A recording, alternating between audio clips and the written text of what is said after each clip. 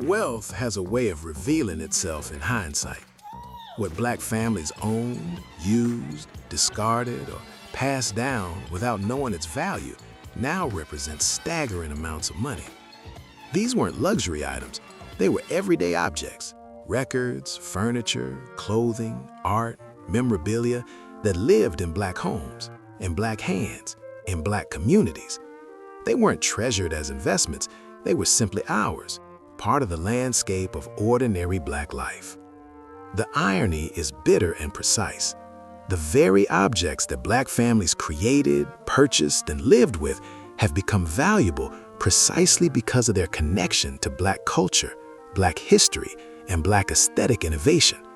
What was once dismissed as common or ordinary is now recognized as historically significant, artistically important, and financially valuable. This transformation reveals a truth about American culture that is both inspiring and infuriating.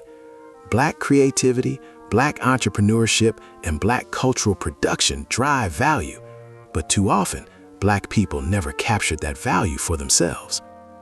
These 20 items represent missed wealth, lost inheritance, and the generational impact of not understanding what we owned. And if videos like this feel familiar to you, like memories worth holding on to, consider subscribing for more stories like these. Vinyl records from the golden age of soul, funk, and R&B. Records from actual vinyl from the late 1960s, 1970s, and early 1980s. First pressings of albums by Marvin Gaye, Aretha Franklin, James Brown, Stevie Wonder, The Temptations, Earth, Wind and Fire, Prince, and countless others. These records played in black homes, at family gatherings, at house parties, at church. Many of these records were played until they were scratched. Some were passed from sibling to sibling until they were damaged. Some were thrown away when CD players made vinyl seem obsolete. Some were donated to thrift stores. Some molded in basements. Some were lost in moves or thrown out during house clearings. A first pressing of Marvin Gaye's What's Going On can sell for $500 to $3,000, depending on condition. A first pressing of Prince's The Black Album sells for $15,000 to $40,000. Original copies of Earth, Wind and Fire albums in mint condition sell for hundreds to thousands. James Brown first pressings range from $200 to $2,000. Aretha Franklin's first pressings command $300 to $1,500. A serious collector with a collection of 100 rare soul records could be sitting on $100,000 to $500,000 in value. These records represent the sound of black life. They're artifacts of cultural production. But more specifically, they represent the economic blind spot that allowed black families to own valuable assets without understanding their value. A teenager in 1975 with a collection of first edition soul records wasn't thinking about investment, they were just listening to music. They had no framework for understanding that their collection could become generational wealth. The records also represent cultural erasure. When black families discarded or donated their collections, they were often replaced by white collectors who recognized the value and captured it themselves. Vintage kente cloth and African textile imports.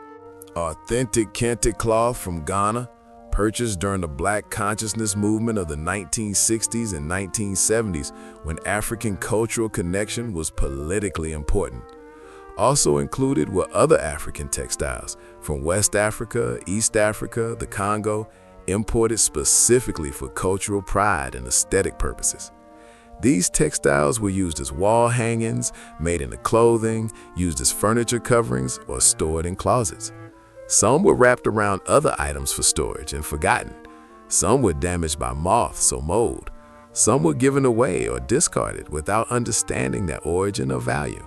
Authentic vintage kente cloth from the 1960s, 1970s sells for $2,000 to $15,000 per yard, depending on pattern and provenance. A single piece of vintage kente that might have been used as a wall hanging could be worth $5,000 to $40,000. Rare vintage African textiles from respected textile artists command even higher prices. A collection of authentic vintage African textiles from a single household could be worth $50,000 to $500,000. These textiles weren't just decorative, they were political statements. They represented a conscious choice to embrace African aesthetic and cultural identity. The textiles were often created by master artisans, some of whom are now deceased. The historical and cultural value of these pieces has only increased as collectors and museums recognize their importance. Many Black families own these textiles without understanding they possessed authentic African art of significant value. First edition books by Black authors. First edition, first printing books by James Baldwin, Zora Neale Hurston, Ralph Ellison, Langston Hughes, Richard Wright, Maya Angelou, and other foundational Black authors. These books lived in Black homes, often in personal libraries or on shelves. What happened? Some were read multiple times, spines cracking, pages yellowing. Some were kept pristine. Some were lent to friends and never returned. Some were left behind during moves. Some were donated to libraries or sold at estate sales without understanding their value. A first edition of James Baldwin's Go Tell It on the Mountain, 1953, sells for $8,000 to $25,000. A first edition of Ralph Ellison's Invisible Man, 1952, sells for $5,000 to $20,000. A first edition of Zora Neale Hurston's Their Eyes Were Watching God, 1937, can sell for $10,000 to $50,000. A serious book collector with first editions from multiple Black authors could own $200,000 to $1 million in literary value. These books represent the intellectual and spiritual foundation of Black literature. They are primary documents of Black thought and Black cultural production. Many Black families own these books as part of their personal development and intellectual life. But without understanding the rarity and value of first editions, many sold them cheaply or gave them away. This represents a loss of both cultural inheritance and potential generational wealth. 4. Vintage concert posters and memorabilia. Original concert posters from performances by Black musicians, Jimi Hendrix, the Jackson 5, Marvin Gaye, Stevie Wonder, Diana Ross, Earth, Wind and Fire. These posters hung on walls in dorm rooms, bedrooms, and family homes. Also included were ticket stubs, programs, and other concert memorabilia. Posters were taken down and discarded. They faded in sunlight. They were used as decoration and destroyed when decor changed. They were rolled up and lost in moves. Ticket stubs were thrown away. Programs were lost. An original 1960s Jimi Hendrix concert poster sells for $5,000 to $25,000. An original Woodstock poster, 1969, with Black performers featured, sells for $10,000 to $100,000. Jackson 5 memorabilia from their early touring years sells for $1,000 to $10,000 per piece. An original poster from a historic Stevie Wonder or Marvin Gaye performance can be worth $3,000 to $50,000. A collection of authentic vintage concert memorabilia from one person's life could be worth $100,000 to $500,000. These posters are historical documents. They mark moments of cultural significance. They represent the live music experiences that shaped Black youth. But because they were treated as temporary decoration rather than collectible artifacts, many were discarded. What remains is valuable, both historically and financially, precisely because so much of it was lost. Vintage Soul Train merchandise and memorabilia. Original Soul Train memorabilia. Scripts from episodes, merchandise from the show's early years, photographs, clothing worn on the show. Soul Train ran from 1971 to 2006, but the most valuable items are from the 1970s and early 1980s. Merchandise was used, worn out, damaged, or simply discarded when people moved on to different interests. Scripts were thrown away. Photographs were lost. Items were donated to thrift stores without understanding their cultural significance. An original Soul Train script from a notable episode sells for $2,000 to $10,000. A piece of authentic Soul Train clothing from a famous performance can sell for $5,000 to $50,000. An original Soul Train promotional photograph can be worth $1,000 to $5,000. A collection of Soul Train memorabilia from someone who actually appeared on the show or had family connections to it could be worth $50,000 to $300,000. Soul Train was more than a television show. It was a cultural institution that shaped Black aesthetic, dance, music, and identity for generations. The memorabilia from the show captures a moment of unfiltered Black creativity and joy. The value of Soul Train items has only increased as collectors recognize the show's historical importance. Many items were casually discarded by people who lived through Soul Train but didn't understand they were preserving cultural history. Vintage Black hair care and beauty products. Bottles, jars, and containers of Black-specific hair care and beauty products from the 1960s through the 1980s. Products for natural hair care, relaxers, hair straighteners, beauty creams, and other products marketed specifically to Black consumers. Products were used until empty and discarded. Containers were thrown away. Old beauty products were cleaned out of cabinets and bathrooms. Collections of products were lost when people moved. A collection of vintage Black marketed hair and beauty products and original packaging from the 1960s to 1980s can be worth $5,000 to $50,000, depending on rarity and condition. Individual rare items sell for hundreds to thousands. A museum-quality collection of vintage Black beauty product packaging could be worth $100,000 to $500,000. These products represent Black entrepreneurship in the beauty industry. They're artifacts of Black women's self-care and beauty standards. They document how Black communities responded to Eurocentric beauty standards by creating their own products. The packaging, the advertising, the formulations, all of this is now recognized as culturally and historically significant. Many Black families didn't understand they were discarding pieces of Black business history. Original Blaxploitation movie memorabilia and posters. Original posters, scripts, photographs, and merchandise from 1970s Blaxploitation films.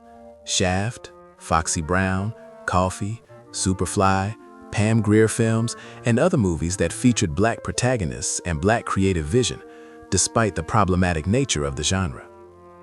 Posters were taken down and discarded. Scripts from early screenings were lost. Photographs faded. Merchandise was worn and thrown away. Items were donated without understanding their cultural value. An original Shaft 1971 movie poster sells for $5,000 to $25,000. A Foxy Brown 1974 original poster can be worth $8,000 to $40,000. Pam Grier memorabilia from the 1970s sells for $3,000 to $20,000 per piece. An original script from a significant Blaxploitation film can be worth $5,000 to $15,000. A collection of Blaxploitation memorabilia could be worth $100,000 to $500,000. Blaxploitation films, whatever their problems, represented a moment when Black people had agency in front of and behind the camera. They were Hollywood's first genuine attempt to center Black narratives and Black talent. The memorabilia from this era captures a specific moment in Black cinema history. Most of this memorabilia was held by people who watched these movies in real time, but didn't preserve what they had. Vintage Essence, Ebony, and Jet magazine collections. Complete or partial collections of Essence, Ebony, and Jet magazines from the 1970s and 1980s, the defining magazines of Black culture, featuring Black celebrities, Black fashion, Black consciousness, Black art, and Black commentary. Magazines were read, stacked, and eventually thrown away or recycled. Collections were left behind during moves. They were donated to libraries without understanding their value. They molded in basements or attics. A complete run of Essence or Ebony from the 1970s, approximately 120 issues, can be worth $15,000 to $50,000. Specific notable issues with significant cultural moments sell for hundreds each. A Jet magazine with a historically important cover can sell for $200 to $1,000. A serious collector with multiple complete runs could own $100,000 to $500,000 in magazine value. These magazines documented Black culture in real time. They captured fashion, politics, spirituality, entertainment, and social commentary from a specific era. They're primary sources for understanding Black life and Black consciousness in the late 20th century. Many Black families subscribed to these magazines, but disposed of them when finished reading. What remains is valuable not just financially, but historically. Original artwork by Black artists. Original paintings, sculptures, or prints by Black artists, either purchased from the artist directly or acquired through galleries or community art spaces. These pieces hung in Black homes as decoration and cultural statement. Artwork was sometimes damaged by water, light, or poor storage. It was painted over or removed during renovations. It was discarded during moves. It was given away without understanding the artist's growing importance. Some was stored improperly and deteriorated. An original work by Romare Bearden can be worth $100,000 to $1 million. An original Alma Thomas painting sells for $50,000 to $500,000. An original Kara Walker piece can be worth $100,000 to $1 million. A Black family that owned original artwork by emerging artists of the 1960s, 1980s could now own assets worth $500,000 to $5 million. Original artwork by Black artists represents the most valuable category of Black cultural production. It represents individual vision, skill, and cultural expression. Many Black collectors and patrons supported Black artists before those artists achieved major market recognition. Those early collectors often didn't understand they were acquiring assets that would appreciate significantly. Many pieces were lost or discarded before the artists achieved the recognition that made their work valuable. Vintage Black fashion designers pieces. Clothes designed and made by Black fashion designers. Items by Willie Smith, Stephen Burrows, Patrick Kelly, or lesser-known local designers. These pieces were worn to church, to formal events, to parties, or preserved in closets. Clothes were worn until they wore out. Vintage pieces were stored in closets and eventually discarded. Fashion changed and items were no longer considered wearable. Clothing was donated to thrift stores without understanding the designer's significance or the vintage value. A vintage piece by Willie Smith from the 1970s can sell for $1,000 to $10,000. A Stephen Burrows original dress sells for $2,000 to $15,000. A Patrick Kelly piece from the 1980s can be worth $5,000 to $50,000 plus. A wardrobe consisting of pieces by multiple recognized Black fashion designers could be worth $50,000 to $500,000 plus. Vintage pieces by Black designers represent both fashion history and Black entrepreneurship. They demonstrate that Black creative vision was shaping American fashion, even when Black designers weren't getting adequate recognition or profit. Many Black women owned pieces by these designers without understanding the future value or historical significance. The loss of these pieces represents both a cultural loss and a financial loss. We've only scratched the surface. If you remember vintage items from Black households that were donated, thrown away, or lost to time, share them in the comments. Your memories will be part of part 2. And if this feels familiar, if it feels like home, subscribe and come back for what's next.